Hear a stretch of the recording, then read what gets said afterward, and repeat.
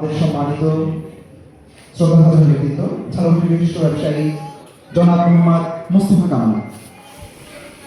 At this moment, we welcome speech the businessman of Jalkati, Mohammad Mustafa Kamal, coming onto the stage.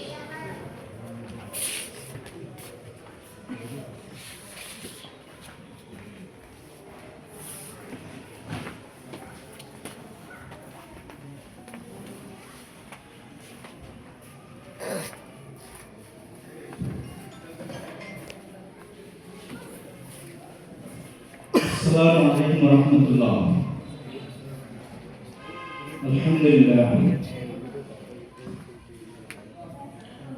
শহীদ ওসমান বিন হাদি স্মরণে প্রদর্শনী March for justice হাদি সন্ধ্যা স্মারক প্রবন্ধ উপস্থাপন ও শোক সভায় উপস্থিত আছেন ঝালকাঠির বিভিন্ন রাজনৈতিক দলের নেতৃবৃন্দ, ইনসাফ মঞ্চের ইনসাফ মঞ্চের কুশলাবৃন্দ, শরীফ ওসমান হাদির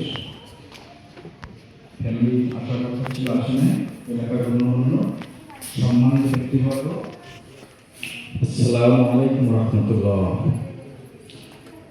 আপনাদের সবাইকে জানাচ্ছি আন্তরিক শুভেচ্ছা ও অভিনন্দন।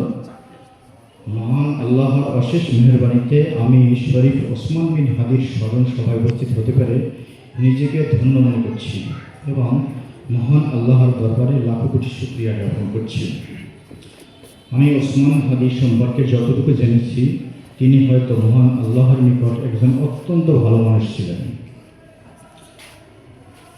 তার বাবাও একজন সৎ ও আল্লাহওয়ালা মানুষ ছিলেন।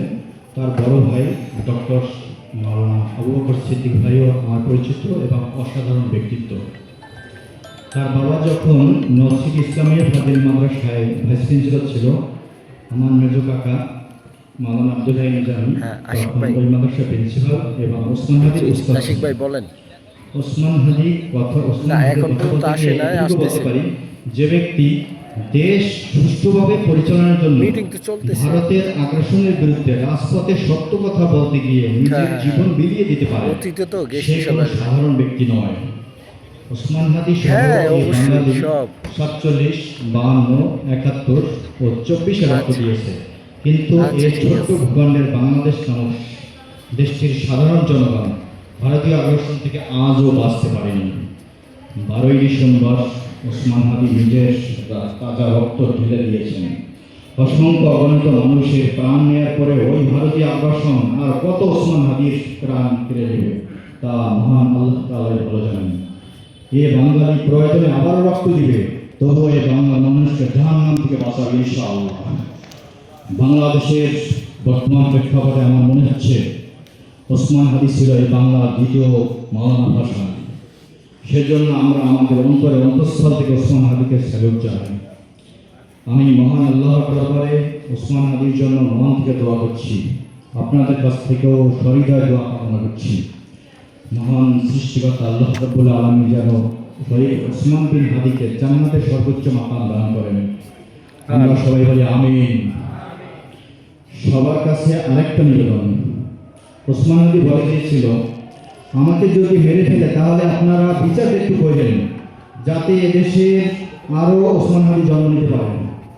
প্রশাসনের কাছে আমার একটা আবেদন, 47 সাল থেকে আমাদের ছোট্ট স্বাধীন দেশটির উপর ভারতীয় শকুনের কুদৃষ্টি আছে। আমাদের সবার সহযোগিতায় সম্ভব এই কুদৃষ্টি থেকে মুক্ত রাখা।